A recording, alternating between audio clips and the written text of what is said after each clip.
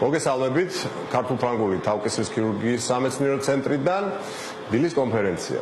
დღევანდელი ჩვენი რუბრიკის სტუმარია ცნობილი ექიმი, დამწვრობის ცენტრის ხელმძღვანელი ბატონი გუგა ქაშიბაძე, პლასტიკური ქირურგი.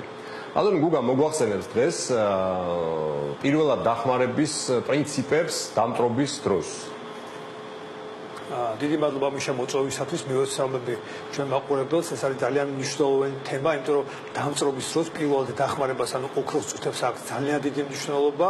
პირველად ჩატარებულ სწორ დახმარებას აქვს ასევე ისეთი მნიშვნელობა, რომ ესეთი პაციენტები ხშირად ქირურგიულ ჩარევას გაცდებიან კიდევაც. პირველივე წუთებში არის აუცილებელი გამდინარე ცივი წყლით ამ ჭრილობების ჩამობანა, რაც შეიძლება სწრაფად იმ დამწვარ ადგილებზე ტანსაცმლის მოცილება, შეიძლება ისახვალ სტერილური ბინტის გადახვევა ჭრილობებზე და რაც შეიძლება სწრაფად ექიმთან ვიზიტი, რათა უშუალოდ დამწვრობის სპეციალისტმა შეაფასოს ჭრილობა, შეაფასოს მისი ლოკალიზაცია და დასვას ზუსტი დიაგნოზი. სამწუხაროდ დღესდღეობით გვაქვს ესეთი სიტუაცია, რომ მოდიან ძალიან ხშირად დაგვიანებული შემთხვევები, მაგალითად გუშინ მივიღეთ პაციენტი, რომელსაც 10 დღის შემთხვევა აქვს, ხინკლის ნახარში გადაესხა ქვემო კიდურზე, მიიღო მესამე ბეხარისხის დაზიანება და საკმაოდ დიდი რისკის ქვეშ, რაღაც სამწუხაროდ შინაური მალამოებით ცდილობდნენ კახეთის ერთ-ერთ სოფელში ამის მორჩენას.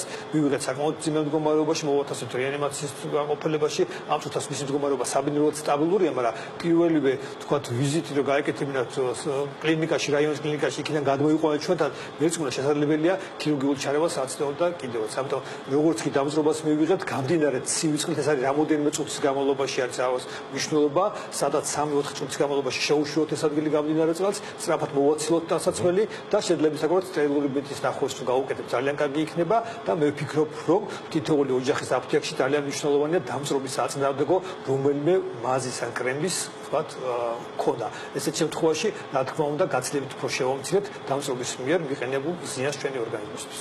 როგორც ცნობილია, საერთოდ ექიმბაშური მეთოდიკა განვითარებულია იმ ქვეყნებში, სათანადო დონეზე არ დგას სამედიცინო იგივე სამსახური. თუმცა ჩვენ შემთხვევაში და ბატონი გუგას შემთხვევაში ეს სიმართლეს არ შეესაბამება და ძალიან მოგზალებულად გთხოვთ, რომ მიმართოთ სპეციალისტებს და კიდევ ერთი შეკითხვა, რომელიც მე მებადება, აი ზუსტად ამასთან დაკავშირებით, არის ესეთ ეგრეთ წოდებული არაექიმბაშური, თუმცა ტრადიციული ხალხური მეთოდები, შარდის დასხმა, სპირტის დასხმა და ასე შემდეგ. თქვენ რა აზრისხართ ამაზე, ბატონო გუგა? არა მარტო შარდი და სპირტია, ძალიან ხშირად ისეთ ნივთიერებებს იყენებენ, რომელიც თქვათ უფრო აძლიერებს დამწვრობის მოქმედებას, მაგალითად სამწუხაროდ გვაქვს ხოლმე შემთხვევები, როდესაც საჭმელ სოდას აყრიან და კიდე ქიმიურ დამწვრობას იწვევენ ხოლმე, ასევე თქვათ ზეთი, მაიონეზი, სტაფილოს დაჭრილი სტაფილო, ფანტაზია სადამდე მიდის ვერ გეტყვით.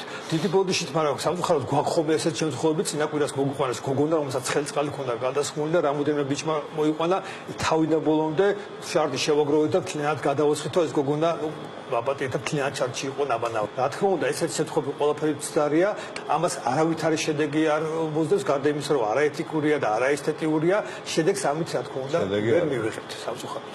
ყელყურის მხრიდან გეტყვით, ფანტაზიასთან დაკავშირებით ერთხელ მყავდა პაციენტი, რომელსაც მითხრა, რომ ყურის ანთებაზეო ჩემ სოფელში ექიმბაშმა გაწურული ფუნის წვეთები დამინიშნაო, ხო და ნუ ჩვენი ფანტაზია ნამდვილად ძალიან შორს მიდის.